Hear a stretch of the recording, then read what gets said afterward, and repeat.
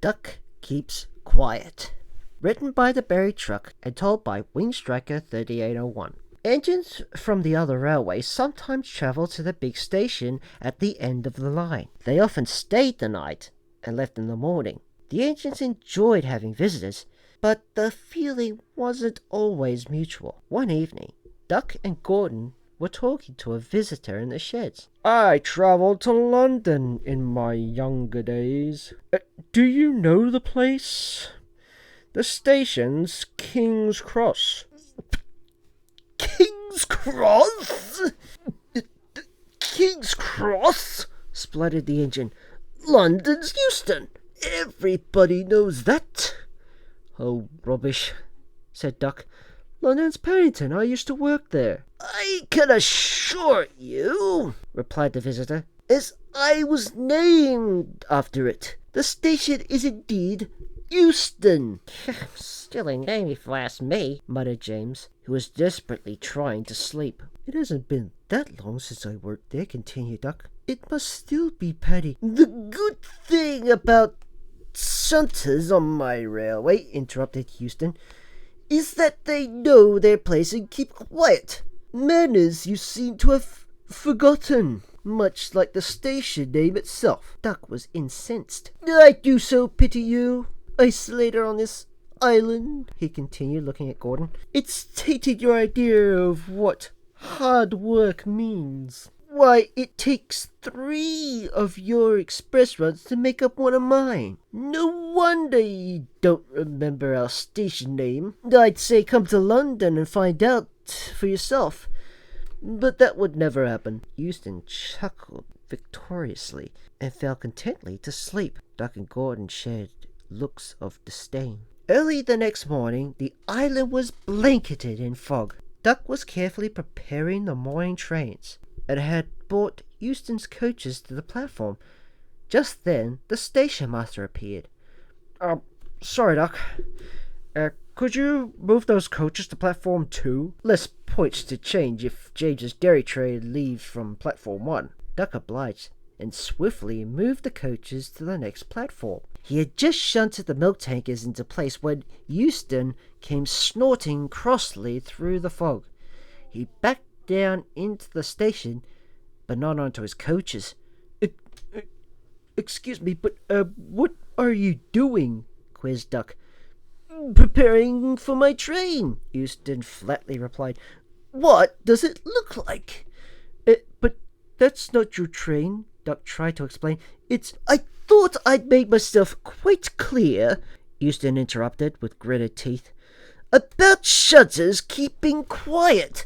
Now be off with you." "I can't believe it," Duck fumed to his driver. "Well, if that's what he wants, I'll stay quiet. He can learn his lesson on his own." "If that silly engine won't listen to you," frowned the driver, "perhaps he'll listen to the station master." Unfortunately, the fog crept through the station. Try as he might, Duck's driver couldn't see the station master, though they walked past each other several times. The fog also meant no one else had realized the mistake. The shunter fastened the coupling, the guard blew his whistle, and Euston left none the wiser. Duck returned to the shed, still feeling cross.